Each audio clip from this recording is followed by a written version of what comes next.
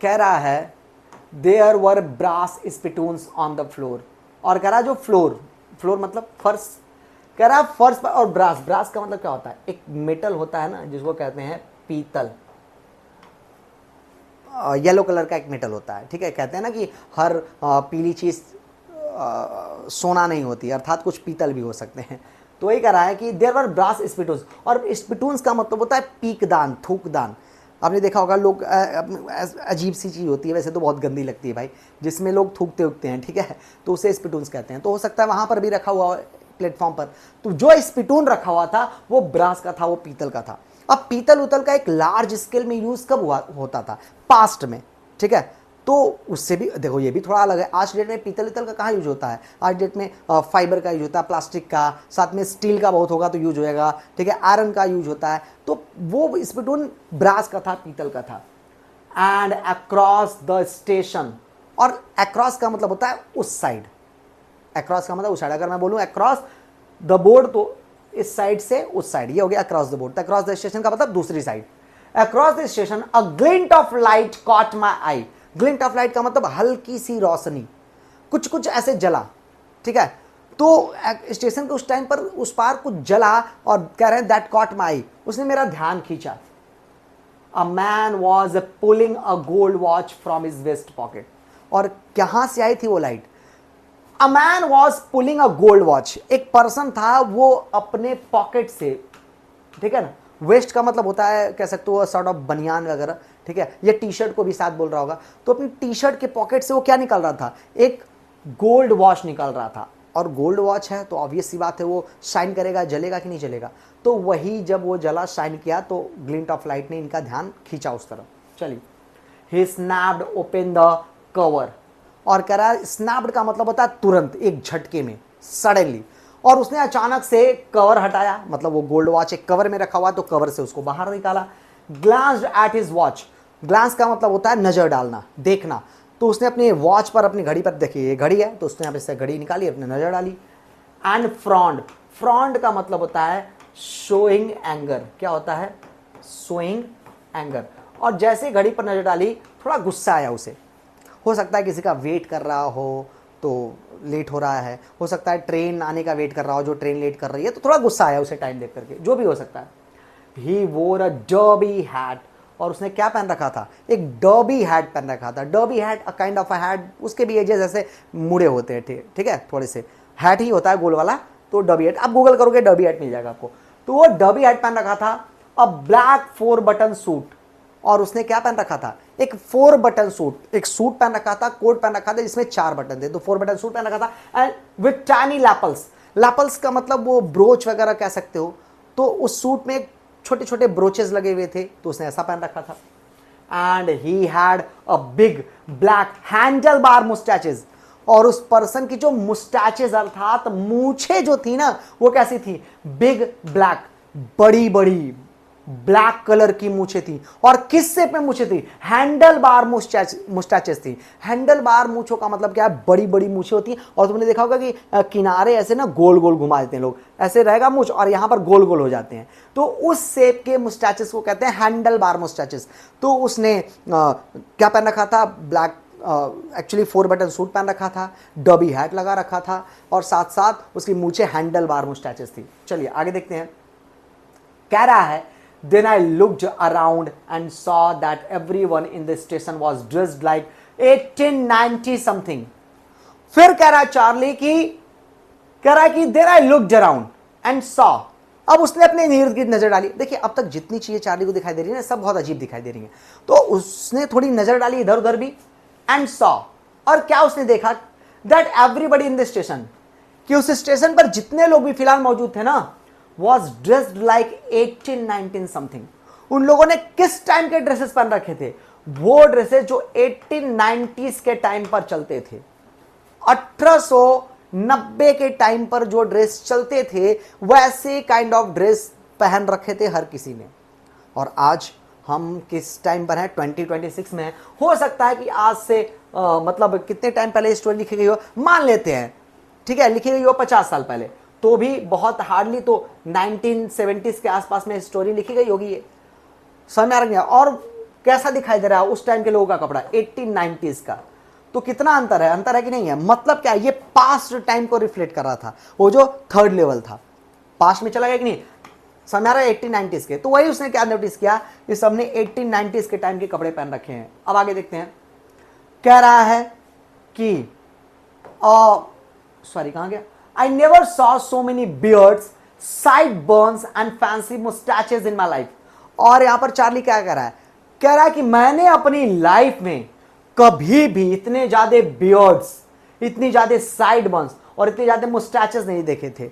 Beard तो आपको पता है, ये दाढ़ी, मुस्टैचेस आपको पता है मूछे, साइड बर्न्स मतलब ये जो ये वाला पार्ट जो होता है, यहाँ के जो बाल होते हैं, इसे खत वगैरह कहते हैं जनरली, ठीक है। तो कह रहा है कि इतनी बड़ी बड़ी दाढ़ियां, इतनी बड़ी बड़ी मूछे और इतने बड़े बड़े साइड बर्न्स मैंने आज तक कभी अपनी लाइफ में नहीं देखे थे। और आपको भी समझ में आ रहा होगा, ये बड़ी बड़ी दाढ़ियां, बड़े बड़े ऐसे खत वगैरह कब रखते थे लोग? बहुत पुराने टाइम में रखते थे, आज से सैकड़ों साल पहले लोग बड़े बड़े खत रख कर चलाया करते थे। पुरानी मूवीज आप देखोगे तो ऐसे ही देखोगे उसमें कैरेक्टर्स को। तो कह रहा कि इतनी बड़ी बड़ी दाढ़ियां तो मैंने कभी देखी नहीं थी, क्योंकि वो प्रेजेंट टाइम का है ना चार्ली, और वो किस टाइम में चला गया था, शायद पास्ट टाइम को रिफ्लेक्ट करने वाले स्टेशन पर चला गया था। चलिए, कह रहा है कि a woman walked in through the train gate. तभी ये सब नोटिस कर ही रहा था, तभी एक महिला आई through the train gate, train gate के थ्रू एक महिला अंदर आई, एक वुमन आई। She wore a dress with a leg of mutton sleeves. और उसने कैसा ड्रेस पहन रखा था? With leg of mutton sleeve. उसने जो ड्रेस पहन रखा था, स्लीव, स्लीव का मतलब होता है आस्तीन। ये जो शर्ट पहन रखा है ना मैंने, ये जो क्या है, ये स्लीव है। तो उस महिला ने जो ड्रेस पहन रखा था उसका स्लीव कैसा था? Leg of mutton sleeve. Mutton का मतलब वैसे तो क्या होता है, बकरे का जो मांस होता है, जिसे जनरली बहुत सारे लोग खाते भी हैं, तो उसे कहते हैं लेग ऑफ मटन स्लीव। तो क्या मटन का स्लीव था वो? नहीं नहीं नहीं, इसका मतलब होता है ना, आपने नोटिस किया होगा, ये जो गर्ल्स हैं, वुमेन हैं, विमेन जो महिलाएं हैं, ये क्या पहनती हैं? ऐसे जनरली कपड़े पहनती हैं जो यहाँ से बहुत ढीला होता है, प्रॉपर, और फिटिंग तो सही होती है, ठीक है, बॉडी की, लेकिन यहाँ की फिटिंग जो स्लीव की होती है बहुत ढीला ढाला होता है, ठीक है, बहुत बहुत लूज फिटिंग का होता है, ऐसे लटक रहा होता है, उसे ही कहते हैं leg of mutton sleeve. Google करना, तुरंत वो पिक्चर दिख जाएगा कि कौन सा ड्रेस को कहते हैं। चलिए, और कह रहा है उसने लेग ऑफ मटन स्लीव पहन रखा था, and skirts to the top of high button shoes. High button shoes का मतलब वो आते हैं ना बूट टाइप के जो आते हैं, हाई टॉप के। नॉर्मल शूज छोटे होते हैं, लेकिन हाई टॉप के जो होते हैं एंकल से भी ऊपर उठ जाते हैं। तो उसने कैसा पहन रखा था? Top of high button shoes, एक हाई बटन शूज पहन रखा था, और उस हाई बटन शूज के ऊपर स्कर्ट पहन रखा था। स्कर्ट आप जानते हैं लड़कियां पहनती हैं, तो नीचे शूज पहन रखा था, बूट, स्कर्ट, और साथ साथ लेग ऑफ मटन स्लीव पहन रखा था उसने, टॉप वाला पार्ट। चलिए, बैक ऑन हर, कह रहा उसके पीछे, out of the track, track का मतलब रेलवे लाइन जो होता है, तो उसके पीछे जो ट्रैक था, जो रेलवे लाइन थी, आई caught a glimpse of a locomotive. Locomotive होता है, किसे कहते हैं भाई? ट्रेन के इंजन को किसे कहते हैं? ट्रेन इंजन जो होता है उसे कहते हैं लोकोमोटिव। और कॉट अ ग्लिम्स, ग्लिम्स का मतलब होता है झलक या नजारा। तो कह रहे हैं कि बैक ऑफर, वो महिला जहां खड़ी थी ना, उसके जस्ट पीछे रेलवे लाइन था। रेलवे लाइन पर क्या दिखाई दिया? किस चीज का नजारा दिखा इनको? एक लोकोमोटिव का नजारा दिखा, मतलब एक ट्रेन का इंजन दिखाई दिया इनको। और ट्रैक पे क्या होगा? ट्रेन का इंजन ही तो होगा ना, और साथ साथ उस पर ट्रेन अटैच होगी, उसके ट्रेन के जो कोचेस है, डब्बे अटैच होंगे। तो एक लोकोमोटिव दिखाई दिया, एक इंजन दिखाई दिया। और वेरी स्मॉल, वो छोटा सा लोकोमोटिव था, छोटा सा इंजन था। Career and Ives locomotive. Career and Ives is the name of the company which makes locomotives. उस कंपनी का नाम है जो लोकोमोटिव्स बनाती हैं। एक्चुअली अभी एग्जिस्ट नहीं करती हैं, पुराने टाइम में ये कंपनी थी जो लोकोमोटिव बनाती थी। इसी कंपनी के लोकोमोटिव चलते थे ज्यादा। तो करियर एंड आइव्स कंपनी का लोकोमोटिव था वो, with a funnel shaped stack. और जो उसका आगे वाला पार्ट था, फ्रंट पार्ट था, वो किस शेप में था? फनल शेप में था। फनल शेप किसे कहते हैं? नीचे से पतला होता है, ऊपर से थोड़ा सा क्या हो जाता है, विड्थ उसकी बढ़ जाती है, चौड़ाई बढ़ जाती है। जैसे आपने मैं आपको बता रहा हूँ, फॉर एग्जाम्पल, वो आपने कभी वो मिट्टी के तेल जो होते हैं, केरोसिन ऑयल जो होते हैं, स्टोव्स वगैरह अगर देखा होगा, किसी के घर में रहा होगा, तो स्टोव में तेल डालने के लिए क्या आता था? एक कुप्पी का इस्तेमाल करते थे लोग। तो जो कुप्पी का शेप होता है ना, नीचे से पतला ऊपर से चौड़ा, उसी को कहते हैं फनल शेप। तो फनल शेप था उस आगे का हिस्सा क्या था? फनल शेप में था उस ट्रेन का। एंड देन आई न्यू, और नरेटर कह रहे हैं कि जब ये सब चीजें मैंने देखा ना, आई न्यू, तब मुझे धीरे धीरे माजरा समझ में आने लगा। ठीक है, अब बहुत सारे एग्जाम्पल्स मिल गए इनको, ठीक है ना। भाई सब कुछ अलग अलग दिखाई दे रहा है, कपड़े पुराने टाइम के, ठीक है, दाढ़ियाँ मूछें पुरानी टाइम की, उधर ट्रेन इंजन पुराने टाइम का, ट्रेन का इंजन, साथ साथ वो विंडो टिकट्स पुराने टाइम का, सब कुछ पुराने टाइम का है। अब धीरे धीरे आइडिया लगने लगा कि भाई लग रहा है कि क्या कर लिया इन्होंने, टाइम ट्रेवल का नाम सुना आपको आपने? टाइम ट्रेवल मतलब प्रेजेंट से कहाँ चले जाना, या तो पास्ट या तो फ्यूचर में चले जाना। तो इन्होंने शायद पास्ट का टाइम ट्रेवल कर लिया है, ठीक है ना, ये पुराने जमाने में आ गए हैं। चलिए अभी आएगा एग्जांपल मिलेगा आपको। टू मेक श्योर, अब क्लियर तो हो गया था कि क्या है, लेकिन भाई अभी अपना श्योर करेंगे ना, अपने आप को कंफर्म होंगे ना, तो वही कह रहे हैं कि to make sure I walked over to a news boy. अब ये किसके पास गए? एक लड़के के पास गए जो न्यूज़पेपर्स बेच रहा था। न्यूज बॉय मतलब the boy who sells newspapers. तो न्यूज़पेपर बेचने वाले लड़के के पास गए and glanced at the stack of papers. Stack का मतलब अगेन वही पाई, ढेर, ग्लांस का मतलब नजर डालना, बता ही रखा है मैंने। तो वहां पर स्टैक ऑफ पेपर्स रखे थे, मतलब पेपर्स के ढेर रखे थे इकट्ठा करके, उस पर नजर डाली इन्होंने। और वो कहां था स्टैक ऑफ पेपर? उसके पैरों के पास। तो उसके पैरों के पास जो स्टैक ऑफ न्यूज़पेपर है उस पर नजर डाली इन्होंने। It was the world. और एक्चुअली वो जो न्यूज़पेपर था, उस न्यूज़पेपर का नाम क्या था? हर न्यूज़पेपर का एक नाम होता है ना, Dainik Jagran, Amar Ujala, the Hindu, the Hindustan Times, the Times of India, ठीक है, हर किसी का अलग अलग नाम होता है। तो वो जो न्यूज़पेपर था उसका नाम क्या था? उसका नाम था द वर्ल्ड। द वर्ल्ड नाम का न्यूज़पेपर था। और कह रहा है कि and the world has not been published for years. और कह रहा है इस द वर्ल्ड नाम को के न्यूज़पेपर को पब्लिश हुए ईयर्स, कई साल हो चुके हैं, मतलब कई साल पहले ये पब्लिश हुआ करता था, अब बंद हो चुका था। किस टाइम के रिफ्लेक्शन में ये बात कर रहा है? चार्ली जिस टाइम में रहता है उस टाइम में द वर्ल्ड नाम का न्यूज़पेपर पब्लिश नहीं होता था, बंद हो चुका था, पास्ट में चलता था। लेकिन अभी द वर्ल्ड चल रहा है, का मतलब क्या है? चार्ली कहां पर है? पास्ट में है। बिल्कुल क्लियर हो गया। चलिए, कह रहा है कि the lead story said something about president Cleveland. और वो जो लीड स्टोरी का मतलब जो फ्रंट स्टोरी थी, जो मेन पेज होता है न्यूज़पेपर का, उसमें किसके बारे में दे रखा था? प्रेसिडेंट क्लीवलैंड के बारे में दे रखा था। कह रहा है कि I have found that front page since in the public library files. और कह रहे हैं कि मुझे फ्रंट पेज बाद में, कह रहे हैं कि ये देखो, ये घटना घटी है ना जिसके बारे में बता रहे हैं। अब हो सकता है जब वहाँ से सब घटना घट गई होगी, जब वापस आए होंगे, तो पब्लिक लाइब्रेरी फाइल्स में जाकर के इन्होंने देखा, कुछ फाइल्स थी, फाइल्स में खंगाला इन्होंने, तो क्या दिखाई दिया? इट वॉज प्रिंटेड जून 11, 1894। तो प्रेसिडेंट क्लीवलैंड के बारे में जो स्टोरी थी वो किस डेट को छपी थी? जून 11, 1894, 11 जून 1894 को। अर्थात ये कहां चले गए थे? किस डेट में चले गए थे? पास्ट में चले गए थे, 1894 में चले गए थे, मतलब 19th सेंचुरी में चले गए थे। और रहते किस सेंचुरी में होंगे? वो 20th सेंचुरी में रहते होंगे, एक सेंचुरी पीछे चले गए थे, ठीक है, एक सदी पीछे चले गए थे। अब देखिए, लेकिन देखो तो फिर से मैं आता हूं उसी बात पर, क्या ये सब कुछ सही है? क्या सच में वो थर्ड लेवल पर पहुंचे? क्या सच में ये सब चीजें देखी उन्होंने जो यहां पर वो मेंशन कर रहे हैं, जो बता रहे हैं? बिल्कुल नहीं। आंसर होगा साफ साफ, आप मना कर दीजिए कि ना, it was just creation of Charlie's mind. It was just his mind was playing a trick on him, ठीक है ना, उसका दिमाग उनके साथ ट्रिक खेल रहा था। It was just his subconscious mind playing trick on him. It was just his fantasies, ठीक है, it was just is hibernation. कुछ नहीं था, ये एक हाइबरनेशन था, एक फैंटेसी था। ये समझ में आ रहा है कि नहीं आ रहा है? चलिए आगे बात करते हैं। I turn toward the ticket Windows knowing that here on the third level.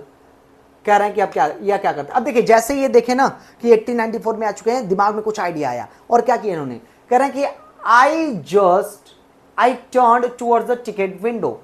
अब ये टिकट विंडो की तरफ जाने लगे। टिकट विंडो की तरफ क्यों?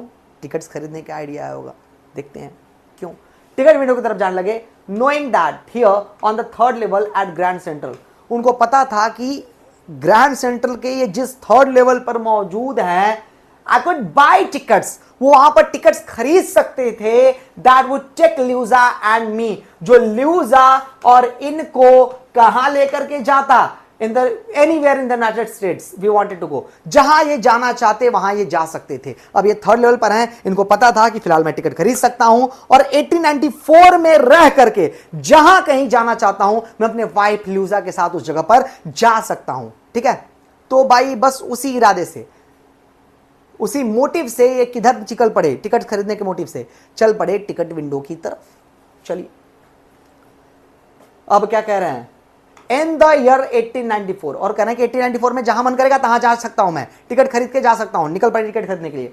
And I wanted 2 tickets to Galesburg Illinois. और ये कहां जाना चाहते थे 1894 में, ये 1894 में जाना चाहते थे गैल्सबर्ग नाम की जगह पर, जो कि पड़ता है वहां के इलिनॉइस में, एक बड़ा टाउन इलिनॉइस, उसमें एक छोटी जगह गैल्सबर्ग। तो ये कहां जाना चाहते थे, ये जाना चाहते थे गैल्सबर्ग में। और मैं अभी बता देता हूं कि गैल्सबर्ग एक्चुअली जाना क्यों चाहते थे। देखिए गैल्सबर्ग वो जगह है जहां पर कौन रहते थे, इनके दादाजी। समझ में आ रहा कि नहीं आ रहा। और वो अपने दादाजी से बहुत बार सुन चुके हैं गैल्सबर्ग की तारीफ, कि गैल्सबर्ग बहुत अच्छी जगह थी, वहाँ पर बहुत अच्छे लोग थे, बहुत पीसफुल इन्वायरमेंट था वहाँ का, बहुत कंफर्टेबली आप वहाँ पर रह सकते थे, ये सब सुन रखा था। एंड दैट इज़ वाई ये भी तो एक काइंड ऑफ क्या है, एक तरह का स्केप ही कर रहे हैं ना, मॉडर्न वर्ल्ड से परेशान होकर के इनको भी तो इधर उधर भागना है ना। एंड दैट इज़ वाई इन्होंने डिसाइड किया कि मैं उसी पीसफुल वर्ल्ड में जाऊँगा जहाँ पर मेरे दादा रहते थे, इसलिए डिसीजन लिया गैल्सबर्ग जाने का। आगे देखते हैं, have you ever been there. अब वो आपसे पूछ रहे हैं, फ्रॉम योर रीडर्स, आप सभी लोग जो वीडियो देख रहे हैं सबसे पूछ रहे हैं, have you ever been there. पूछ रहे हैं कि क्या आप कभी गैल्सबर्ग गए हो भाई तुम लोग? कभी नहीं गए हो। तो वो सबसे पूछ रहे हैं कि क्या आप गैल्सबर्ग कभी गए हो। It's a wonderful town still. कराओ गैल्सबर्ग आज भी बहुत ही वंडरफुल टाउन है, बहुत सुंदर सी जगह है। पहले तो अच्छा था ही था, आज भी बहुत बुरा नहीं हुआ है, आज भी एक अच्छी जगह है, with big old frame houses. और कह रहा है जब आप गैल्सबर्ग जाएंगे ना, आपको बड़े बड़े फ्रेम हाउसेस मिलेंगे, ह्यूज लॉन्स, बड़े बड़े लॉन मिलेंगे घरों के सामने, ठीक है। एंड ट्रिमेंडस ट्रीज, ट्रिमेंडस का मतलब होता है बहुत बड़े बड़े, ह्यूज। और कह रहा है कि आपको बड़े बड़े पेड़ मिलेंगे गैल्सबर्ग में, दोज ब्रांचेस मीट ओवरहेड। और जो पेड़ वहां पर मिलेंगे बड़े बड़े ना, उसकी जो ब्रांचेस हैं मीट ओवरहेड। उसकी ब्रांचेस मीट ओवरहेड का मतलब क्या है, मान लीजिए ये रहा आपका एक पेड़, ठीक है, ये पेड़ हो गया, और इधर भी एक पेड़ है, ये भी एक पेड़ हो गया, ये पेड़, अरे ये पेड़ मान लो भाई पेड़ है, चलो ठीक है, मेरी ड्राइंग बहुत गंदी है। उसके ब्रांचेस ओवरहेड का मतलब इसकी ब्रांचेस फैलते फैलते यहाँ आ गई, यहाँ आ गई, यहाँ आ गई, यहाँ आ गई। तो ऐसे एक रूफ लाइफ स्ट्रक्चर के, मान लो ये रास्ता है, तो अब इस दोनों की ब्रांचेस मिल करके क्या होगी, इस रास्ते पर एक शैडो का काम करेगी, नहीं कर रही है, वैसा ही कुछ है। तो कह रहा है कि जो बड़े बड़े पेड़ है ना गैल्सबर्ग में, उसकी ब्रांचेस आपस में ओवरहेड, मतलब ऊपर से एक दूसरे से ऐसे मिल जाती है उसकी branches. And roof the street, और रास्ते पर एक रूफ लाइक स्ट्रक्चर, रूफ का मतलब होता है छत, एक छत बना लेती हैं।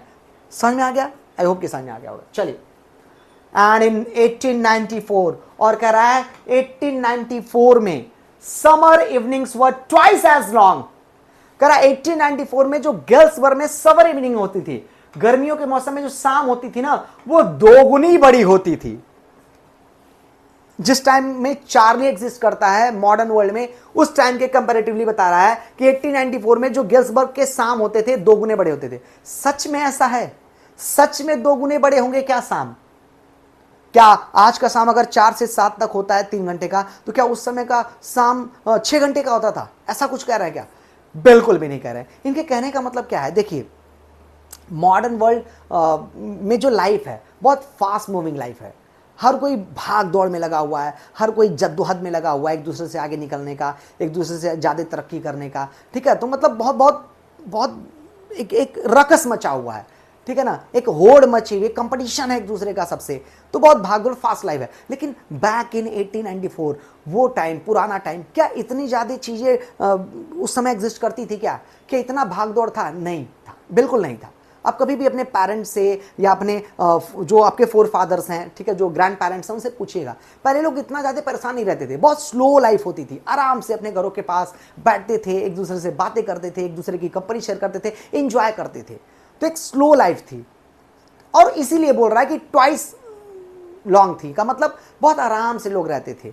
तो उसी को बोल रहा है दोगुनी बड़ी हुआ करती थी। आई होप कि आपको समझ में आ गया होगा। चलिए, and people sat on their lawns, वही जो मैं बता रहा हूं कि उस समय लोग कैसे रहते थे। आज डेट में कभी कोई आराम से बैठते हुए देखोगे आप किसी को? बहुत रेयर देखोगे। हर किसी को बस कहीं ना कहीं जाना है, कहीं ना कहीं से आना है, यही सब चल रहा है। लेकिन उस समय लोग क्या करते थे? Sat out on their lawns, लोग अपने घरों के बाहर जो लॉन होता था उसमें आराम से बैठते थे।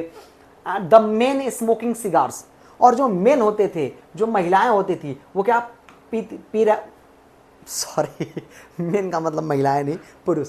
तो जो पुरुष होते थे वो क्या कर रहे होते थे, सिगार स्मोक किया करते थे। Cigar is a kind of a thing that looks like cigarette, cigarette की तरह ही लगता है। सिगरेट थोड़ा सा पतला होता है, ठीक है ना, ऐसे सिगरेट पतला होता है और सिगार थोड़ा कंपैरेटिवली मोटा होता है, ठीक है ना, उसको भी पिया जाता है, ऐसे स्मोक किया जाता है। तो घरों के बाहर जो पुरुष थे वो बैठ करके सिगार पीते थे एंड टॉकिंग क्वाइटली, और आराम से एक दूसरे से बात करते थे। टाइम बहुत था लोगों के पास, ठीक है, तो लोग आराम से घरों के बाहर बैठकर सिगार पीते थे, एक दूसरे से बात करते थे। द विमेन, और महिलाएं क्या करती थी, वेविंग। वेविंग का मतलब होता है ऐसे लहराना, हिलाना। क्या लहराती थी वो, पाम लीफ फैंस, पाम के पत्तों के बने हुए फैन। फैन अर्थात वो हाथ वाला पंखा जो है, जिसे हम गांव में बेना भी कहते हैं, आपने सुना होगा। तो महिलाएं घरों के बाहर वो हाथ वाले पंखे अर्थात बेने को हिलाती रहती थी और पुरुष बैठ करके सिगार पीते रहते थे, ठीक है, with the fire flies all around. और कह रहा बहुत आराम से लोग रहते थे, हर तरफ फायर फ्लाइज। फायर फ्लाइज का मतलब जुगनू। आज डेट में मिलते हैं क्या जुगनू भाई, बहुत रेयर हो गए, बहुत कम हो गए हैं जुगनू, ठीक है। पेड़ों को, जंगलों को, फॉरेस्ट एरिया को हम काट वाट रहे हैं, तो वो वहीं पर तो रहते हैं ना, तो धीरे धीरे वो भी विलुप्त होते जा रहे हैं, एक्सटिंक्ट होते चले जा रहे हैं। लेकिन उस समय जुगनू उगनू दिखाई देते थे इन अ पीसफुल वर्ल्ड। और उस टाइम का वर्ल्ड बहुत पीसफुल था, बहुत अच्छा था, ठीक है, बहुत कंफर्टेबल जगह थी। उस टाइम की वाइब बहुत पॉजिटिव थी, हर कोई बहुत कंटेंटमेंट के साथ, सुकून के साथ रहता था उस time. And that is why Charley wanted to get to Galesburg with his wife Louisa. समझ में आ रहा है? चलिए आगे देखते हैं। अब कह रहा है कि to be back there with the first world war still 20 years off. और कह रहा है कि गेल्सबर्ग एक ऐसा टाइम था, ठीक है, विद द एक्चुअली सॉरी, जिस टाइम में वो जाना चाहते हैं 1894 में, वो कौन सा टाइम है, किस टाइम में गेल्सबर्ग जाना चाहते हैं? When the world war still 20 years of, जब वर्ल्ड वॉर फर्स्ट को, ठीक है, फर्स्ट वर्ल्ड वॉर को होने में भी कितने समय बचा है, 20 साल बचे हैं। फर्स्ट वर्ल्ड वॉर कब हुआ था भाई, 1914 में। किस टाइम पर वो जाना चाहते हैं, 1894 में। जब आप दोनों को माइनस करोगे तो 20 ही बचेंगे। तो अभी कितना समय बचा वर्ल्ड वॉर होने में, 20 साल। तो वही कह रहे हैं कि अभी फर्स्ट वर्ल्ड वॉर को 20 साल बचा है and world war second over 40 years. और सेकेंड वर्ल्ड वॉर को कितना टाइम बचा है, 40 साल से ज्यादा बचे हैं। कब हुआ था, 1939 में, ठीक है। तो 1894 को 1939 में ऐसे करेंगे आप, तो अभी बहुत टाइम बचा हुआ है। समझ में आ रहा है कि नहीं आ रहा है? लगभग 45 ईयर्स बचे हुए हैं। तो वही कह रहे हैं कि अभी बहुत टाइम बचा हुआ था। मतलब कहने का मतलब है कोई वर्ल्ड वॉर जैसी चीज नहीं थी उस टाइम पर, कोई वॉर, कोई ऐसे रकस, ठीक है, बहुत कमोशन नहीं था, बहुत फास्ट मूविंग लाइफ नहीं थी, ठीक है। लोग बहुत कंफर्टेबली, बहुत प्यार से, बहुत ब्रदरहुड था उस टाइम पर। समझ में नहीं आ रहा था, आ रहा है। लोग एक दूसरे की कंपनी शेयर करते थे, the people used to help each other. एक ऐसा टाइम था Galesburg, and that is why Charlie जाना चाहता था उस टाइम में। चलिए आगे देखते हैं। आई होप कि आपको धीरे धीरे चीजें समझ में आ रही होंगी। The clerk figure the fair. अब आगे क्या होता है, ठीक है, ये तो बताने लगे गेल्सबर्ग के बारे में कि गेल्सबर्ग जाना चाहते हैं, गेल्सबर्ग कैसी जगह है। अब ये एक्चुअली में फिर से वहां पर आते हैं, जा कहाँ रहे थे, टिकट विंडो की तरफ। याद है ना लास्ट में कहाँ छोड़ा था हमने, टिकट विंडो की तरफ वो जा रहे थे टिकट खरीदने के लिए। अब क्या होता है, पहुंच गए ticket window. The clerk figure the fair. और जो क्लर्क है, क्लर्क का मतलब जानते ही हैं, वो जो हिसाब किताब करता है, लिखा पढ़ी करता है। जो क्लर्क था, फिगर का मतलब होता है कैलकुलेट करना। तो क्लर्क ने फेयर, फेयर का मतलब होता है किराया। इनको जाना है ना कहाँ पर, टिकट खरीद के गेल्सबर्ग, तो जो किराया होगा वो तो लगेगा ही ना, वही तो टिकट होता है ना, आप पैसा देंगे। तो उसने फिगर किया, फिगर का मतलब कैलकुलेट करना। उसने कैलकुलेट किया जो किराया है उसे। He glanced at my fancy handbag. और जो टिकट काउंटर पर बैठा हुआ है ना क्लर्क, उसने क्या देखा, चार्ली के फैंसी हैडबैंड को देखा। याद होगा आपको, चार्ली ने एक हैडबैंड जो पहन रखा था, और जो हैड पहन रखी थी उस पर फैंसी बैंड लगा हुआ था, स्टार्टिंग में ही आया था चैप्टर के। तो उसको देखा। देखिए एक जनरेशनल गैप होता है ना, जनरेशन के गैप के साथ जो स्टाइल है, जो फैशन है, वो चेंज होता रहता है। तो जिस टाइम में वो गया है चार्ली थर्ड लेवल पर, उस टाइम के अकॉर्डिंग इसका जो फिलहाल काइंड ऑफ ड्रेसिंग सेंस है वो बहुत एडवांस होगा, फैंसी होगी ड्रेसिंग सेंस। और यही नोटिस किया किसने, किसने वो टिकट काउंटर पर जो क्लर्क बैठा हुआ है। But he figured the fair. तो ध्यान तो दिया, लेकिन उसने सोचा होगा कि अरे भाई हो सकता है विदेशी हो, कहीं से आया हो, नया नया स्टाइल मार रहा हो। तो ये सब उसने इग्नोर करके क्या किया, फिगर्ड द फेयर। उसने फिगर आउट किया, मतलब कैलकुलेट किया फेयर को, किराए को। And I had enough for 2 coach tickets. और कैलकुलेट करके उसको पता होगा कि 2 टिकट का इतना हुआ आपको। और नैरेटर क्या कर रहा है, चार्ली क्या कर रहा है, I had enough for 2 coach tickets. करा कि जब मुझे पैसे पता चले कि इतने पैसे हुए 2 टिकट के, तो उसने बोला कि मेरे पास इनफ मनी था, पर्याप्त पैसे थे, मैं आराम से खरीद सकता था 2 टिकट, जितना पैसा मेरे पास था। और लेकिन दोनों टिकट 2 टिकट खरीद सकते थे, 1 वे खरीद सकते थे। 1 वे अर्थात सिर्फ एक तरफ का, सिर्फ जाने तक का टिकट खरीद सकते थे, वापस आने का नहीं। मान लो अगर उसने बताया हो कि 20 रुपए लगेंगे, तो इनके पास 20 ही रुपए थे कि 2 टिकट जाने का खरीद पाए, और आने के जो 20 रुपए हैं वो थे ही नहीं भाई, 40 रुपए रहेंगे तब तो दोनों टिकट खरीद पाएंगे। तो फॉर एग्जाम्पल मैं बता रहा हूँ, ये मत मान लेना कि हाँ 20 ही रुपए थे और 20 रुपए का टिकट था, वो चाहे जितने का भी रहा हो, मतलब बस जाने तक का पैसा था इनके पास। अब देखिए क्या होता है, अब कह रहा है कि but when I counted out money, अब इन्होंने पॉकेट से पैसे निकालिए, पैसे देने के लिए तैयार है ना अब ये, तो पॉकेट से पैसे निकाले और काउंट, पैसों को गिनना शुरू किया। एंड लुक्ड अप, और ऊपर देखा भाई, जब इन्होंने पैसे गिने और देखा उसकी तरफ, the clerk was staring at me, तो इधर पैसे वो गिन रहे हैं और जब क्लर्क की तरफ देखे तो देखे क्या कि क्लर्क स्टेयर, स्टेयर का मतलब होता है घूरना, क्लर्क इनको घूर रहा था बहुत तगड़े तरीके से, बहुत जबरदस्त तरीके से घूर रहा था।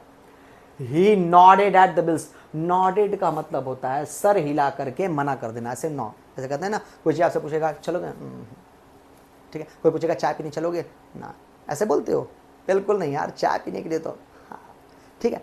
तो उसने क्या किया कि भाई ही नॉडेड एट द बिल्स, उसने पैसे देखे और मना कर दिया कि ना ना ना, ये मुझे नहीं चाहिए।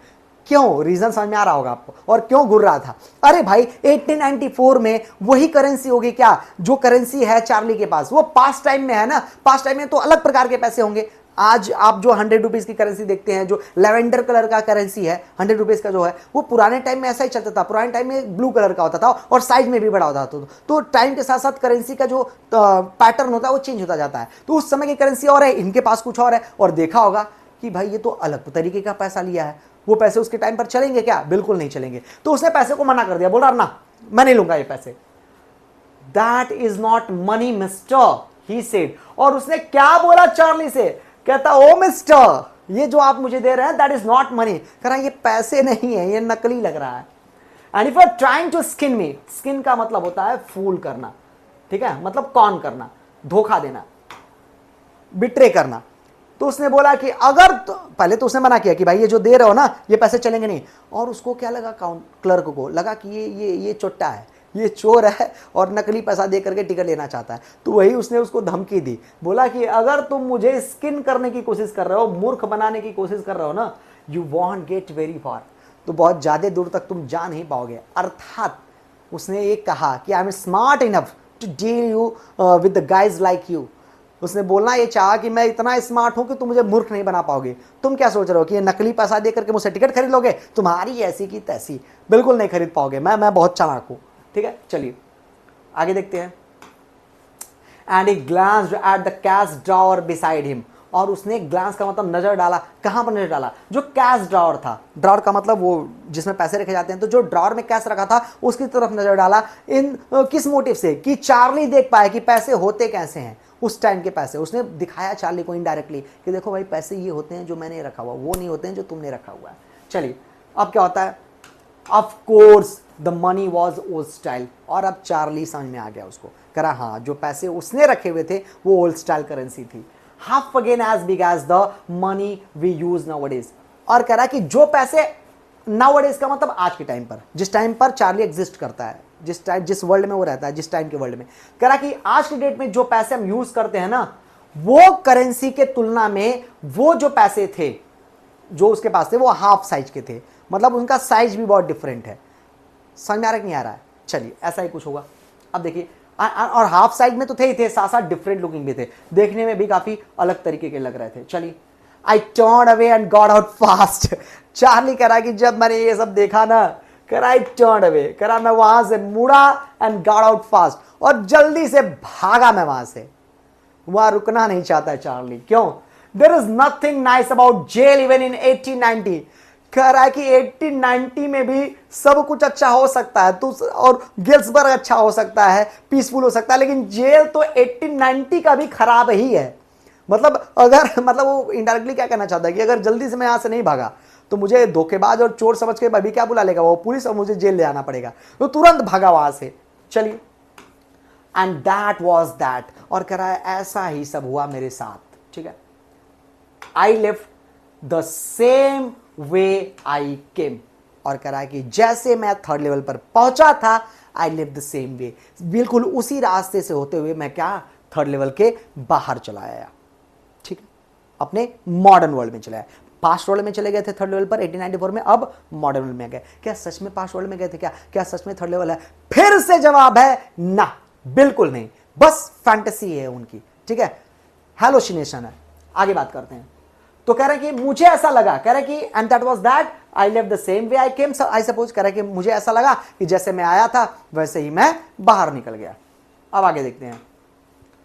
नेक्स्ट डे, अगले दिन, during lunch hour. Lunch hour का मतलब दोपहर का समय। लंच कब करता है इंसान? दोपहर के टाइम। तो ड्यूरिंग लंच आवर, दोपहर के समय, I drew $300 out of the bank. कह रहे दोपहर के समय मैं बैंक गया और बैंक में से मैंने कितने पैसे निकालिए? $300, जो इनके बैंक में डिपॉजिट हो रखे थे पैसे, जो सेविंग्स थी इनकी, उसमें से $300 निकालिए। और साथ साथ करें नियरली ऑल वी हैड। और कह रहे हैं कि ये $300 मैंने क्यों निकाले? क्योंकि उतना ही था, जितना था उतना निकालिए। और कितना था टोटल? $300। उतना सारा पैसा अपने अकाउंट से निकाल दिया इन्होंने। And bought old style currency. और भाई क्या कर रहे हैं चार्ली? उस पैसे को निकालने के बाद ओल्ड स्टाइल करेंसी ये खरीद रहे हैं, पुराने पैसे खरीद रहे हैं। सोचो सोचो, एक सेकेंड, थोड़ा सा प्यास लग गया मुझे। अब आप इमेजिन करिए कि इनका वो जो कह सकते हो ना दिमाग की उपज जो है ना, वो कितनी एक्सट्रीम लेवल पर है। कितना ज़्यादा हाइप कर दिया उसको उन्होंने कि भाई इतना विश्वास है अपनी उस थॉट पर अपने, कि वो पैसे कन्वर्ट करा करके जाना चाहते हैं कहाँ पर? गैस भर में। सॉरी फॉर इंटरप्शन, बट गर्मी का दिन है, प्यास लगती रहती है ज़्यादा। तो कह रहे हैं कि मैंने $300 निकाले बैंक से and bought two old style currency. और कह रहे हैं कि मैंने पैसे बदल लिए, उस $300 से पुराने पैसे खरीद लिए। ऐसा होता है। बिल्कुल बिल्कुल, पुराने टाइम में जो पैसे चल रहे होते हैं वो आज भी आपको अगर चाहिए होंगे तो मिल जाएंगे, आपको उसे खरीदना पड़ेगा। तो इन्होंने पुराने पैसे खरीद लिए। That really worried my psychiatrist friend। और जैसे इनके साइकियाट्रिस्ट फ्रेंड ने, जैसे ही सैम ने ये सुना ना कि अरे भाई ये तो मतलब इसके दिमाग में चल रहा है ये सब, वो तो अलग चीज है, छोड़ो, ये पैसे तक कन्वर्ट करा लिया है, इतना ज्यादा आगे निकल चुका है, ये इतना ज्यादा फर्म बिलीव है चार्ली को अपने थॉट पर। तो थोड़ा सा तो डिस्टर्ब हो गया सैम कि अरे भाई ये तो कुछ ज्यादा ही आगे जा रहा है। You can buy old money at almost any coin dealers. और बता रहे हैं कि आपको पुराने पैसे अगर खरीदने हो तो कोई दिक्कत वाली बात नहीं है, आप किसी भी क्वाइन डीलर के पास जाएंगे, ठीक है, तो आपको वो पैसे मिल जाएंगे। बट यू हैव टू पे अ प्रीमियम। प्रीमियम का मतलब होता है एक्स्ट्रा, ठीक है। तो कह रहा है कि आपको पैसे तो जरूर मिल जाएंगे लेकिन आपको एक्स्ट्रा पे करना होगा। बिल्कुल पे करना होगा भाई। आपको पुरानी करेंसी चाहिए तो वो किसी ने अपने पास रखे हैं तो अपने फायदे के लिए रखे हैं ना। तो अगर आप 500 रुपया दे करके अगर उसे खरीद रहे हो तो शायद आपको 300 रुपया देगा, 200 रुपया उसका प्रॉफिट हो गया उसको रखने के लिए, ठीक है। तो वही कह रहा है कि आपको प्रीमियम देना पड़ेगा तब जाकर के आप खरीद पाएंगे। उसके बाद क्या होता है? My $300 bought less than 200 in old style bills. तो कह रहा है कि मैंने जो $300 के ओल्ड स्टाइल बिल्स खरीदे ना, मुझे 200 से भी कम रुपए मिले। तो 100 रुपए का एक्स्ट्रा प्रीमियम लग गया, मतलब 100 रुपए एक्स्ट्रा चार्ज लग गया, 100 से ज्यादा ही मिल गया क्योंकि 200 से कम मिले। लेस दैन 200, ध्यान देना इस चीज को, 200 नहीं मिले, 300 के 200 भी नहीं मिले, 200 से भी कम मिले। But I did not care. और कह रहे लेकिन मुझे इस बात से कोई तकलीफ थी नहीं, मुझे कोई प्रॉब्लम नहीं था ये कम पैसे मिलने की वजह से। क्यों? Eggs were 30 cents a dozen in 1894। क्योंकि 1894 में जो अंडे मिलते हैं वो 30 सेंट्स के एक डजन मिल जाते हैं। एक दर्जन अंडे, 12 अंडे कितने के मिल जाते हैं? 30 सेंट्स के मिल जाते हैं। क्या मतलब है इसका भाई? क्यों बोल रहे हैं कि मुझे कम पैसे मिले तो भी दिक्कत नहीं थी?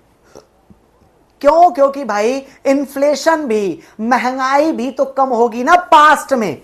आज के आपके 300 रुपए में जो आप खरीदोगे, पास में जाकर के जब आप 300, वो चीज आपको हो सकता है कि 100 रुपए में ही मिल जाए। बिल्कुल बिल्कुल, महंगाई पहले कम थी ना, तो वही कह रहे हैं कि मुझे $200 से कम मिला तो भी मुझे कोई दिक्कत नहीं थी क्योंकि महंगाई कम थी। और बिल्कुल भाई इन्फ्लेशन तो आज आपको देख ही रहे हैं। अब बहुत दूर क्या, रिसेंटली आप देख लीजिए, भाई आज आप गोलगप्पे खाते हैं तो आपको कितने 10 रुपए के मिलते हैं, 10 रुपए के गोलगप्पे मिलते हैं, हार्डली आपको 4 से 5 मिल जाते होंगे। और भी किसी बहुत अच्छी दुकान पे खाएंगे तो 10 रुपए का तो मिलेगा भी नहीं, पहले बात तो भगा देगा ठीक है, वो 20 से 30 40 से कम नहीं देगा। लेकिन पहले मैं आपको बता दूं, मैंने गोलगप्पे जब मैं बहुत छोटा था, बहुत छोटा, मुझे हार्डली याद है वो चीज़ कि उस टाइम पर 2 रुपए के 5 गोलगप्पे तक मिल जाते थे। सोचो, जब 2 रुपए के 5 मिलते थे तब का मुझे याद है, और आज 10 रुपए के 5 हार्डली मिलते हैं, तो बड़ा है ना, वही करा है। ये पुरानी करेंसी जब कम मिली मुझे तो मुझे कोई प्रॉब्लम नहीं था, क्योंकि महंगाई कम थी उस टाइम पर। चलिए अब क्या होता है, but I have never again found the corridor that leads to the third level at the Grand Central station. यहां पर लेकिन प्रॉब्लम हो गया। विच चार्ली कह रहा है पैसे वैसे कन्वर्ट करा लिए, सब कुछ करा लिया, लेकिन फिर यहां पर हो गई एक दिक्कत। क्या दिक्कत? कह रहा I never again found the corridor, कह रहा मुझे वो कॉरिडोर दोबारा कभी मिला ही नहीं, that leads to the third level at the Grand Central station. जो कॉरिडोर कहां जाता हो? ग्रैंड सेंटर स्टेशन के थर्ड लेवल पर जाता हो। अर्थात कभी दोबारा वो थर्ड लेवल पर पहुंच ही नहीं पाए। कौन? चार्ली। पैसे वैसे तो कन्वर्ट करा लिए, वो अलग बात थी। चलिए, although I have tried often enough, often enough का मतलब कह सकते हो कि सो मेनी टाइम्स। कह रहा है कि I have tried so many times, कह रहे मैंने बहुत प्रयास किया, बहुत ट्राई किया कि कैसे भी करके मैं थर्ड लेवल पर चला जाऊं। बार बार ये जाते होंगे वहां पर ग्रैंड सेंटर स्टेशन पर, कभी वो मिला ही नहीं। दोबारा वो थर्ड लेवल रहेगा तब तो मिलेगा ना, ऐसे कैसे मिल जाएगा भाई, सीधी सी बात है। चलिए अब क्या होता है, Luza was pretty worried when I told her all this। अब जब ये सारी चीजें, told her all this, जब ये सारी चीजें, कौन सी सारी चीजें? About his visit to the third level, third level पर इनका जाना, जब ये सारी बातें इन्होंने ल्यूजा से बताई ना, तो कह रहा है ल्यूजा वॉज प्रिटी वरीड। ल्यूजा को थोड़ी चिंता हुई कि ये मेरा मर्द पगला गया है क्या, ये कौन कौन सी बात कर रहा है भाई, ये कौन सी अटपटी बात कर रहा है कि थर्ड लेवल पर मैं गया था। तो उसने सोचा कि अरे भाई ये क्या क्या हो रहा है मेरे हस्बैंड के साथ। ठीक है, आगे देखते हैं। कह रहा है and did not want me to look for the third level. Look for का मतलब होता है सर्च।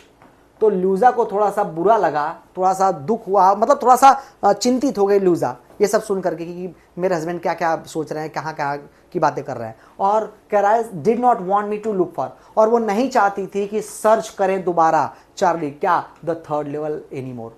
वो चाहती थी कि चार्ली अब थर्ड लेवल को ढूंढना बंद कर दे। मतलब बताया ना, चार्ली बार बार सर्च करते थे ना, बार बार जाते थे ग्रैंड सेंटर स्टेशन पर।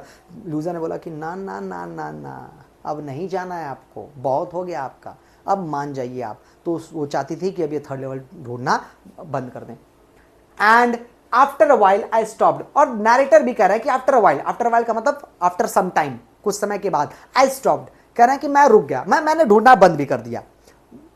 मिल ही नहीं रहा था भाई, बहुत प्रयास किए चार्ली, बार बार गए, मिल ही नहीं रहा। तो कितना इंसान कोशिश करेगा, एक टाइम पर तो गिव अप कर ही देता ना। चार्ली ने भी गिव अप कर दिया, रुक गए। I went back to my stamps, और वापस से कौन से काम में लग गए? अपने स्टैम्प कलेक्शन के काम में लगे। स्टैम्प कलेक्शन तो उनकी आदत थी ना, एक हैबिट थी ना उनकी, वो पोस्ट टिकट्स जो होते हैं स्टैम्प, मैंने बता रखा है पहले स्टार्टिंग में ही, ठीक है। तो वापस लगे। But now we were looking both. अब देखो यहां पर क्या होता है, नॉर्मल लाइफ हो गई, स्टैम्प कलेक्शन में लगे, बीच में कुछ ऐसा हुआ, ठीक है। क्या हुआ क्या नहीं हुआ अभी आगे बताया जाएगा। बीच में कुछ ऐसा हुआ है कि कह रहा but now we are both looking, कह रहा अब हम दोनों लोग ही निकल पड़े हैं थर्ड लेवल ढूंढने। दोनों लोग मतलब कौन? इनकी वाइफ ल्यूजा और ये खुद। तो मतलब ये खुद तो पहले ढूंढ ही रहते, इनका तो बिलीव था ही था किसके ऊपर? थर्ड लेवल के ऊपर, कि थर्ड लेवल है। अब किसी भी तरह से ल्यूजा को भी बिलीव हो गया है कि थर्ड लेवल एग्जिस्ट करता है, वो भी इनके साथ चल पड़ी है थर्ड लेवल ढूंढने। कुछ ऐसा हुआ है, कुछ हुआ है, बीच में भी पता चलेगा। तो वो भी ढूंढने लगी। और कब कब ढूंढ रहे हैं? एवरी वीकेंड, हर वीकेंड पर। वीकेंड किसे कहते हैं? I think Saturday and Sunday के टाइम जो होता है वीकेंड होता है ना वो, तो सैटरडे को, एक्चुअली वीकेंड संडे को नहीं कहते हैं, सैटरडे को ही कहते हैं। तो हर वीकेंड पर वो लोग निकल पड़ते थे थर्ड लेवल ढूंढने। बिकॉज, और क्यों निकल पड़ते थे? कुछ प्रूफ मिला होगा ना कि थर्ड लेवल एग्जिस्ट करता है। क्यों? Because now we have proof that the third level is still there. क्यों ढूंढ रही है वाइफ ल्यूजा भी? क्योंकि कहीं ना कहीं से कुछ प्रूफ, कुछ सबूत मिला है कि third level is still there. ये सबूत मिला है कि थर्ड लेवल अभी भी वहीं पर है, घंटा कहीं नहीं गया है। मतलब कुछ ना कुछ प्रूफ मिला, कुछ सबूत मिल गया कि थर्ड लेवल है भाई। चार्ली को तो पहले ही बिलीव था, लेकिन अब वाइफ ल्यूजा को भी बिलीव करा दिया इसने कि थर्ड लेवल है। कुछ हुआ होगा, देखते हैं। My friend Sam winner disappeared, और हुआ क्या था, कैसे वो सबूत मिला था, बता रहा है कि एक बार हुआ क्या, इनका जो फ्रेंड है सैम विनर वो गायब हो गया। डिसअपीयर का मतलब दिखाई नहीं दे रहा है, मिल ही नहीं रहा है किसी को, नोबडी न्यू वेयर। और कह रहा है किसी को नहीं पता था कि सैम विनर कहां गया, but I sort of suspected. लेकिन कह रहे हैं कि मुझे सस्पेक्ट का मतलब होता है डाउट। कह रहे हैं कि किसी को नहीं पता था कि वो कहां गया, लेकिन मुझे एक डाउट था, कि मुझे डाउट था उसके एग्जिस्टेंस को लेकर के, मुझे कुछ आइडिया था कि वो कहां गया क्या नहीं, because Sam is city boy. कह रहा क्यों, क्योंकि सैम भी तो एक सिटी बॉय है, Sam is a city boy.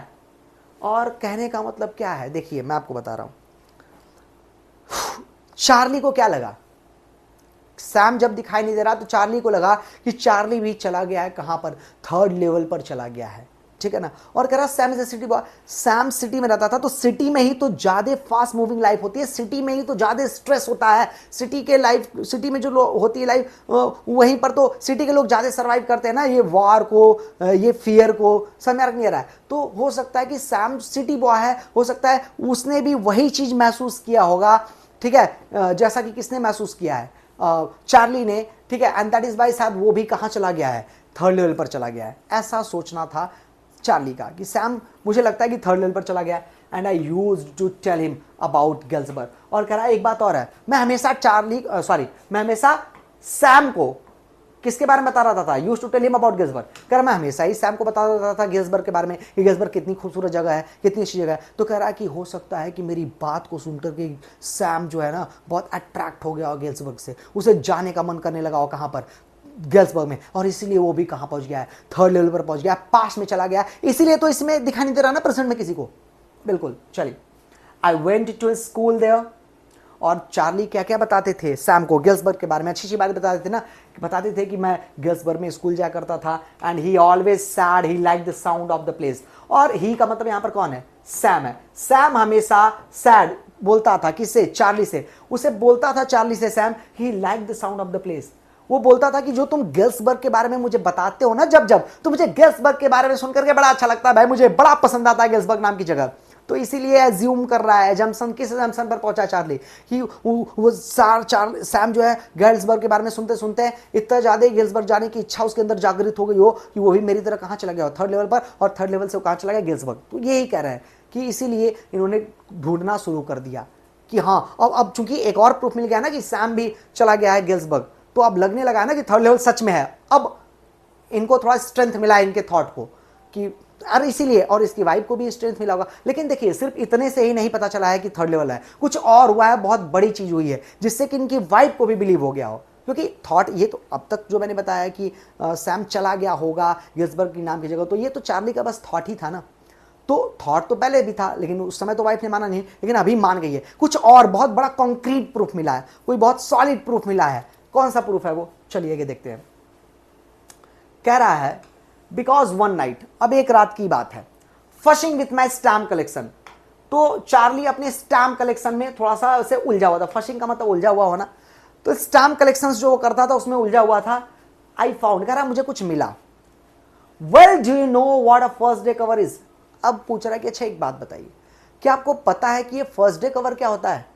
I have told you guys a little earlier, मैंने तो बता रखा आप लोगों को ना फर्स्ट डे कवर क्या होता है। वही जब नया स्टैम्प इशू होता था तो इंसान जाता था, उसे खरीद करके एक इन्वेलप पे चिपका करके उसे सेंड कर देता था, किसको, खुद को भेज देता था, खुद का एड्रेस लिख करके, और अंदर जो लेटर होता था वो ब्लैंक होता था। सब बता चुका हूँ मुझे, वो बताएगा यहाँ पर भी। कह रहा क्या आपको पता है कि फर्स्ट डे कवर क्या होता है। Where a new stamp is issued, कह रहा है जब नया स्टैम्प जारी होता था, ठीक है ना, स्टैम्प कलेक्टर्स बाई सम, तो जो स्टैम्प कलेक्टर्स होते थे, जो स्टैम्प कलेक्ट करने वाले लोग होते थे, बाई सम, वो कुछ खरीद लेते थे स्टैम्प को, and use them to mail envelopes, और उन स्टैम्प्स का यूज किस लिए करते थे, टू मेल, मेल का मतलब सेंड करना, क्या सेंड करने के लिए, एनवेलप्स को सेंड करने के लिए, टू देमसेल्व्स, किसे सेंड करने के लिए, खुद को, जैसा कि मैंने पहले भी बता रखा, खुद को ही वो भेजते थे on the very first day of sale. और कब ऐसा करते थे, जब सेल का, सेल अर्थात बिक्री का अर्थात बेचने का पहला दिन जब होता था, तो पहले दिन वो पहुंच जाते थे। और पहले दिन ऐसे तो मिलेगा नहीं बिना लेटर भेजने के। अब जब ऐसे ही मांगेंगे आप कि मुझे ऐसे ही दे दीजिए, लेटर नहीं भेजना है, तो नहीं देगा, लेटर पर ही भेजना होगा उसको, तो इसलिए वो खुद को ही लेटर भेज देते थे, ठीक है। And the post mark proves the date, और जो पोस्ट मार्क, भाई जब आप लेटर भेजेंगे तो प्रॉपर डेट वगैरह पड़ेगा ना उस पर, कि इस डेट को भेजा गया। तो जो पोस्ट मार्क होता था वो डेट भी क्लियर कर लेता था कि इसी डेट को मैंने ये खरीदा है। तो काफ़ी होता है ना, जो कलेक्टर्स होते हैं किसी चीज़ के लिए, किसी चीज़ के शौक रखते हैं, उनको तुरंत तुरंत चाहिए होता है, ताज़ा ताज़ा चाहिए होता है, तो सीना चौड़ा हो जाता है गर्व से कि अरे मैंने पहले दिन पा लिया। तो वो भी ऐसा ही भाई क्या करने, फ्लेक्स करने के लिए, ठीक है, अपने पास रखते थे। चलिए ये होता है। तो कह रहा है कि the envelope is called first day cover. तो जो एनवलप होता था जिसको वो भेजते थे खुद को, उसी को, उस लिफाफे को ही फर्स्ट डे कवर बोला जाता था। They are never open. कह रहा कोई उस एनवलप को खोलता नहीं था। क्यों? You just put blank paper in the envelope. क्यों नहीं खोलता था? क्योंकि एनवलप में ब्लैंक पेपर ही तो आपने रखा हुआ है ना भाई, कुछ अंदर लिखा होगा तब तो खोलकर, जिसको मिल रहा है उसी ने तो भेजा है ना, उसको तो पता है कि मैंने ब्लैंक लेटर अंदर रखा हुआ है, तो क्या खोल करके मैं उसे पढ़ूं। तो उसे कभी खोलते नहीं थे, ऐसे रख देते थे। ये होता है first day cover. Sorry, just a second.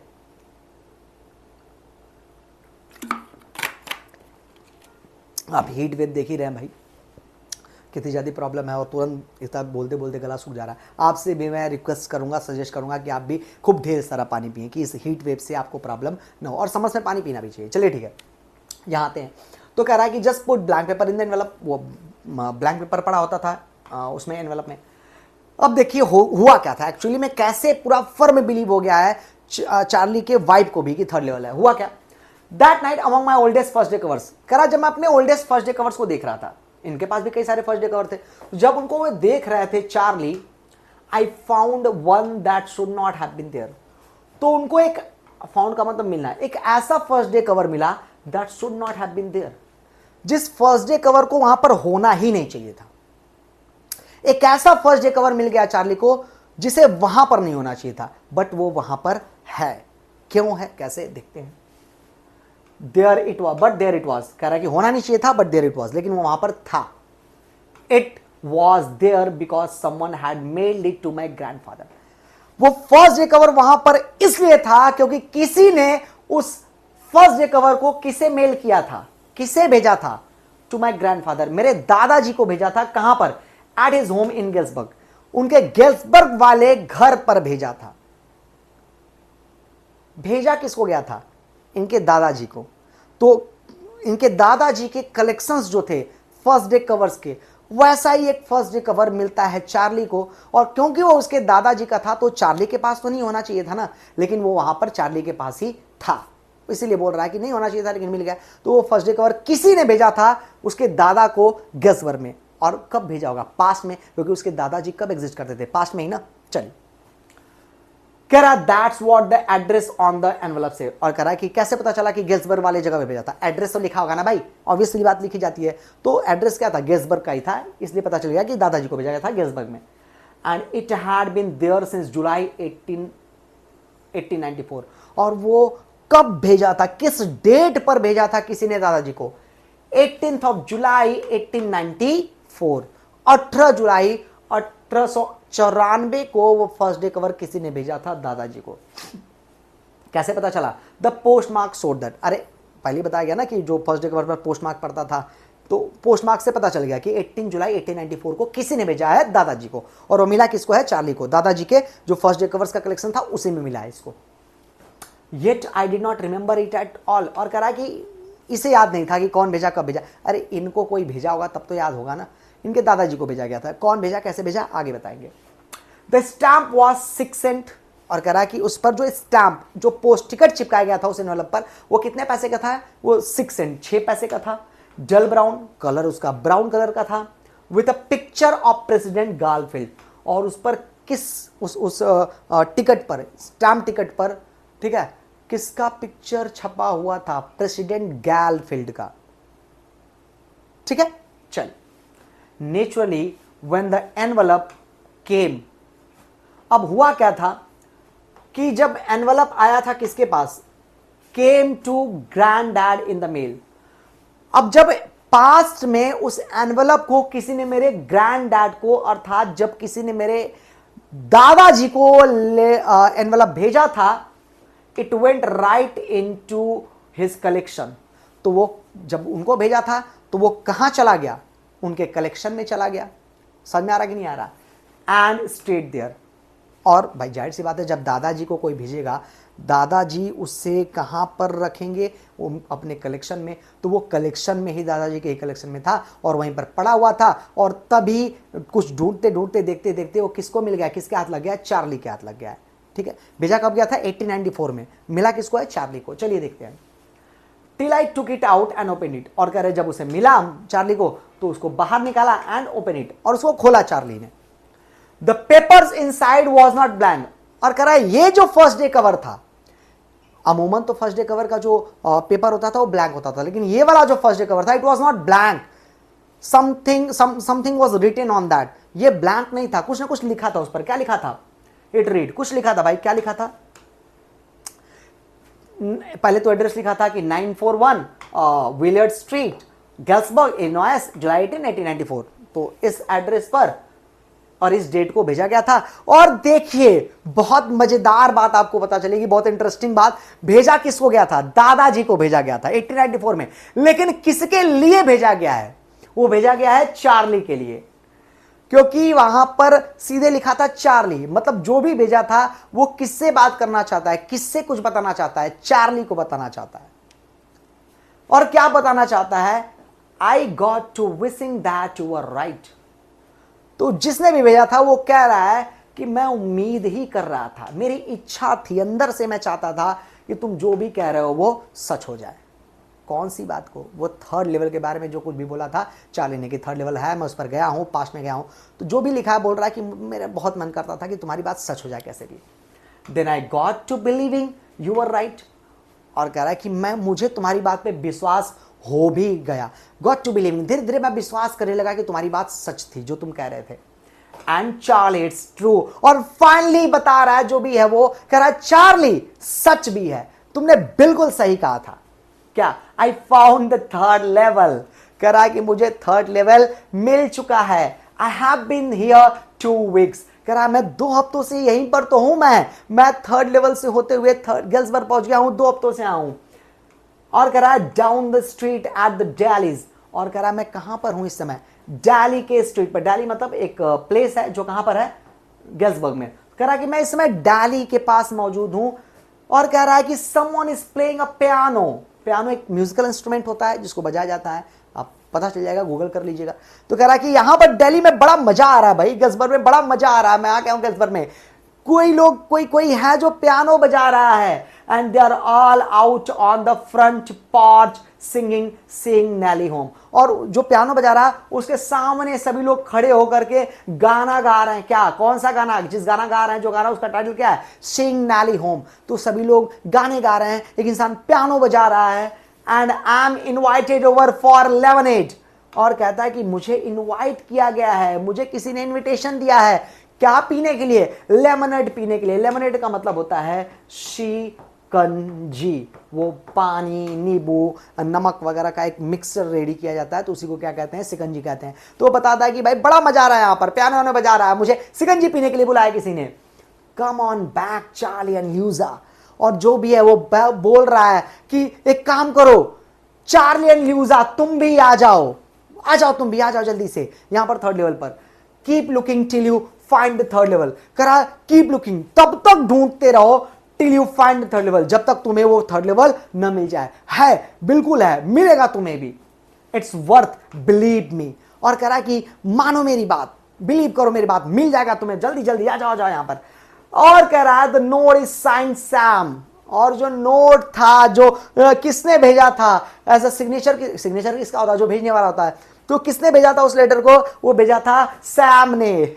समझ में आ गया, यही प्रूफ तो मिला था। सैम का लेटर मिल गया था चार्ली को, जो ल्यूजा ने भी देख लिया था, यही वाला, यही सब पढ़ लिया। इसीलिए ल्यूजा को बिलीव हो गया था कि थर्ड लेवल है, इसीलिए अपने हस्बैंड के साथ निकल पड़ती थी थर्ड लेवल को ढूंढने।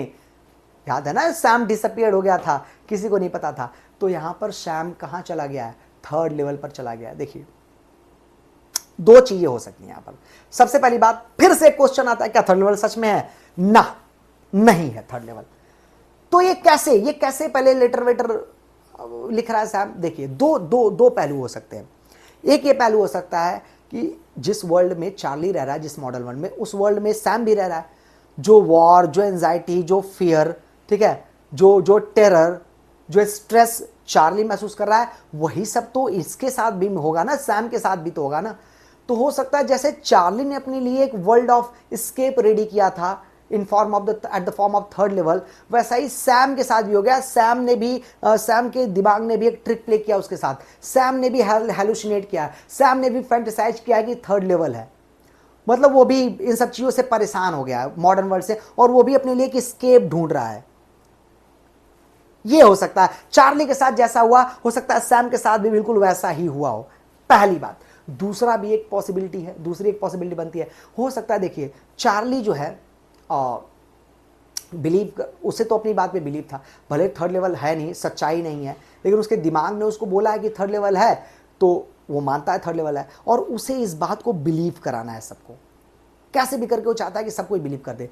तो हो सकता है कि चार्ली ने खुद ये लेटर जो है लिखा हो, ताकि वो इस लेटर को दिखा पाए अपनी वाइफ लूजा को, ताकि लूजा को भी बिलीव हो जाए कि थर्ड लेवल है, और वो चाहता भी है कि थर्ड लेवल को ढूंढते रहूं मैं, और इसीलिए वो लूजा के साथ चाहता कि लूजा कभी साथ मिले। तो उसने खुद शायद ऐसा किया होगा, थर्ड लेवल मतलब उसने उस लेटर को लिखा हो गया। दोनों पहलू हैं। और देखिए एक बात यहाँ पर है, सैम है 1894 में, तो वो बात करना चार्ली से, लेकिन 1894 में चार्ली तो है नहीं, तो अगर 1894 में चार्ली के नाम अगर लिखेगा, चार्ली के एड्रेस पर लिखेगा, तो कहीं पहुंच ही नहीं पाएगा। इसलिए उसने दिमाग लगाया, उसको पता है कि 1894 में तो दादाजी हैं, और इसने भेजा दादाजी को, और उसको पता था कि दादाजी को जब भेजूंगा तो वो उसी एड्रेस पे जाएगा जहां पर रहता है चार्ली, तो वहां पर चार्ली को जरूर मिलेगा। समझ में आ रहा कि नहीं आ रहा है? और चार्ली मेरी बात को सुनेगा, समझेगा। तो इसीलिए सैम ने लिखा दादाजी को, लेकिन बात करने के लिए लिखा चार्ली से, क्योंकि उससे पता था अरे पास्ट में जो चीज़ें होंगी वो होते होते आगे जाते हुए प्रेजेंट तक पहुंच जाएंगी, नहीं पहुंच जाएंगी। तो इसीलिए वो पहुंच गए किसके पास, चार्ली के पास पहुंच गई, वो लेटर पहुंच गया। चलिए ठीक है, तो दोनों जो पॉसिबिलिटीज़ हो सकती हैं इस लेटर की, दोनों बता दिए मैंने। हो सकता है सैम ने भी चार्ली की तरह ही महसूस किया और सैम भी चार्ली की तरह पागल हो गया हो पहला, या हो सकता है चार्ली ने खुद ही ये काम कर दिया हो सबको ये बिलीव कराने के लिए कि थर्ड लेवल है। चलिए जो भी हो आगे देखते हैं। अब कह रहा है आगे, क्या कह रहा है भाई, कह रहा है कि एट द स्टैम्प, अब कह रहा है कि at the stamp and coin store I go to. अब ये गए क्वाइन स्टोर पर गए, क्योंकि देखो चार्ली अगर सैम भी गया है थर्ड लेवल पर, तो हो सकता है उसने भी वो पैसे वगैरह कन्वर्ट कराए होंगे। तो ये क्वाइन स्टोर गए पता लगाने के लिए कि क्या हुआ, कितने पैसे उसे कराए। I found out that Sam bought $800 worth of old style। और क्या पता चला यहां पर सैम को, चार्ली को क्या पता चला कि सैम ने तो $800 को कन्वर्ट कराया था, $800 को कन्वर्ट करा लिया था ओल्ड स्टाइल करेंसी में। जब चार्ली को जाना था तो उसने मात्र $300 कन्वर्ट करा दिया। सैम उससे भी आगे निकला है, वो $800 को कन्वर्ट करा दिया है किसमें, ओल्ड स्टाइल करेंसी में। ठीक है, that ought to set him up in a nice little hay feed and grain business। और यहां पर देखिए, यहां पर ज्यादा स्ट्रॉन्ग पॉसिबिलिटी कौन सी आ रही है, वही आ रही है जो चार्ली के साथ हुआ वही सैम के साथ हुआ। चार्ली जिन चीज़ों को फेस कर रहा था, जिन चीज़ों को स्ट्रगल कर रहा था, जिन चीज़ों को सफ़र कर रहा था, वही चीज़ें सफ़र करने लगा सैम, और वो भी हेलुसिनेट करने लगा है। ठीक है, एंड दैट इज़ वाई वो भी ये सब कर रहा है ना कि ओल्ड स्टाइल करेंसी कन्वर्ट करा लिया है वो भी। ठीक है, तो चलिए, तो कह रहा है कि उसने 800 करेंसी को कन्वर्ट करा लिया था। और क्यों 800? That ought to set him up in a nice little hay feed grain business। और क्यों इतना ज्यादा पैसा, ताकि वो सेट कर पाए क्या, अपना बिजनेस। ठीक है, गेल्सबर्ग में, ताकि वो गेल्सबर्ग में जाकर के अपना बिजनेस सेट कर पाए, बिजनेस खोल पाए। और किस चीज का बिजनेस कर पाए, हे का, हे अर्थात भूसा। वो भूसा होता है ना गांव में, जो ऐसे गेहूं का जो फसल होता है और चावल का जो फसल होता है, तो जब गेहूं चावल को अलग किया जाता है तो भूसा निकलता है ना। तो इसीलिए उसने $800 बिल्स को कन्वर्ट करा लिया ताकि वो भूसे का बिजनेस कर पाए। समझ आ रहा कि नहीं आ रहा है? और साथ साथ भूसे के साथ साथ फीड का मतलब खाने पीने की जो चीज़ें होती हैं, खाने पीने की चीज़ें बेच पाए, और ग्रेन का मतलब अनाज, वो अनाज बेच पाए। तो उसने $800 इसलिए कन्वर्ट कराया कि जब जाएगा वो गेल्सबर्ग में तो अनाज का बिजनेस खोलेगा, भूसा बेचेगा, अनाज बेचेगा और खाने पीने वाली चीजें बेचेगा। ठीक है, और क्यों, ही always said that's what he really wished he could do. और कह रहा है कि सैम हमेशा चार्ली से कहता था, ही always said that's what he really wished he could do. Charlie से सैम हमेशा बताता था, सैम हमेशा कहता था कि मुझे यही बिजनेस करने का बड़ा मन करता है। मतलब एक होता है ना कि आप जो काम करते हैं वो तो आप काम करते करते आपका जो प्रोफेशन होता है, लेकिन आपका एक पैशन होता है, आपकी एक इच्छा होती है कि मुझे ये करना है लाइफ में। तो सैम की भी एक इच्छा थी लाइफ में कि उसे हे का, फीड का और ग्रेन का बिजनेस खोलना था। बार बार वो बताता चार्ली से कि मुझे ये बिजनेस करना, बड़ा मजा आएगा। And he certainly can't go back to his old business. और एक बात यहां पर देखो, बहुत ध्यान से समझो, चार्ली क्या कर रहा है, he certainly can't go back to his old business. और कह रहा है कि सैम को यही बिजनेस करना भी पड़ेगा, गेसबर्ग में भूसा ही बेचना पड़ेगा, अनाज ही बेचना पड़ेगा, ग्रेन ही बेचना पड़ेगा, क्योंकि जो उसका ओल्ड बिजनेस है, ओल्ड बिजनेस क्या है सैम का, सैम वॉज अ साइकियाट्रिस्ट, है कि नहीं है, ठीक है। तो वही कह रहा है कि उसका जो पुराना बिजनेस है ना, he can't go back to his old business, वो अपने पुराने बिजनेस को तो कर ही नहीं सकता था, नॉट इन गेल्सबर्ग इन 1894। मतलब वो चाहता भी कि 1894 में गेल्सबर्ग में पहुंच करके अपना पुराना बिजनेस परस्यू कर ले, अपना पुराना बिजनेस कंटिन्यू कर ले, तो he could not go that, वो नहीं कर सकता था। क्या रीजन है भाई, क्यों 1894 में गेल्सबर्ग में चार्ली साइकियाट्रिस्ट का काम क्यों नहीं कर सकता था, पुराना बिजनेस नहीं कर सकता था? क्या है पुराना बिजनेस, साइकियाट्रिस्ट का। तो क्यों नहीं बन सकता था साइकियाट्रिस्ट भाई वो 1894 में गेल्सबर्ग में? कैसे बन पाएगा भाई? देखिए, साइकियाट्रिस्ट का काम क्या है, साइकियाट्रिस्ट का काम होता है मेंटल डिजीजेस को क्योर करना। और मेंटल डिजीज कब होंगी, जब इंसान बहुत प्रॉब्लम में होगा, स्ट्रेस में होगा, बहुत ज़्यादा डिस्टर्ब्ड होगा वो, ठीक है ना, बहुत बहुत पेनफुल लाइफ जब उसकी होगी, ठीक है, बहुत माइजरेबल लाइफ सर्वाइव कर रहा होगा, ठीक है, बहुत डर में होगा, तब वो दिमागी रूप से पागल होता है, ठीक है ना। लेकिन क्या गेल्सबर्ग, जो पास्ट का गेल्सबर्ग है, क्या वहां पर ऐसी चीजें हैं क्या कि इंसान पागल हो पाए? वहां पर इतना ब्रदरहुड है, इतना पीस है, इतनी ह्यूमैनिटी है, इतनी स्लो लाइफ है, ठीक है ना, इतना कह सकते हो कि लोगों के बीच हार्मनी है, भाईचारा हो रखा है, ठीक है, लोग इतने प्यार से एक दूसरे के साथ रहते हैं। तो क्यों किसी को मेंटल डिजीज होगा भाई? और जब किसी को मेंटल डिजीज होगा ही नहीं, तो 1894 के गेल्सबर्ग में लोगों को साइकियाट्रिस्ट की जरूरत पड़ेगी ही नहीं, तो क्या करेगा वो साइकियाट्रिस्ट बन करके? एंड दैट इज वाई बोल रहा है चार्ली को पुराना बिजनेस नहीं कर सकता था, यही सब बिजनेस करना पड़ेगा। और इंटरेस्ट भी था सैम का, इसलिए वो यही बिजनेस करना चाहता था। चलिए, कह रहा है कि हिज ओल्ड बिजनेस, कह रहा पुराना बिजनेस उसका, क्यों पुराना business? Sam was a psychiatrist, कह रहा सैम तो साइकियाट्रिस्ट था ना, क्यों नहीं कर सकता था वो अपना पुराना बिजनेस? क्यों क्यों? और मैंने क्यों का जवाब आपको दे दिया कि क्या रीजन था कि अपना पुराना बिजनेस सैम नहीं कर सकता था गेल्सबर्ग में। चलिए, तो with this chapter came to an end. भाई खत्म हो चुका है चैप्टर। आई होप कि आपको चीज़ें बेहतर समझ में आई होंगी। और जैसा कि मैं बार बार कहता हूं, आज फिर से कह रहा हूं, अगर कोई क्वेश्चन, एक छोटा सा डाउट भी अगर आपको है रिगार्डिंग द चैप्टर, तो feel free to ask me. आराम से आप be comfortable to ask me, आप पूछ सकते हैं मुझसे। कहां पर? In the comment section. I am damn sure कि मैं आपके हर एक क्वेश्चन का रिप्लाई आपको दूंगा। चलिए, तो थैंक्स फॉर वॉचिंग मी। मैं आपको धन्यवाद देता हूं कि आपने इतने पेशेंस के साथ मुझे देखा, और ऐसे ही आप मेरे वीडियोस देखते रहिए।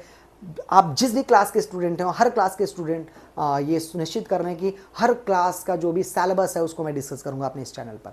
तो बस आप मेरे साथ बने रहिए and keep watching and keep supporting me with your likes, with your comments, with your subscribe. आप लाइक करते रहिए, कमेंट्स करते रहिए, सब्सक्राइब करिए, आप शेयर करिए ज़्यादा से ज़्यादा अपने फ्रेंड्स को, अपने रिलेटिव्स को, ताकि वो भी देख पाएँ, ठीक है, इन वीडियोज़ को, ठीक है, वो भी बेनिफिट ले पाएँ। चलिए, thank you so much, thanks a lot.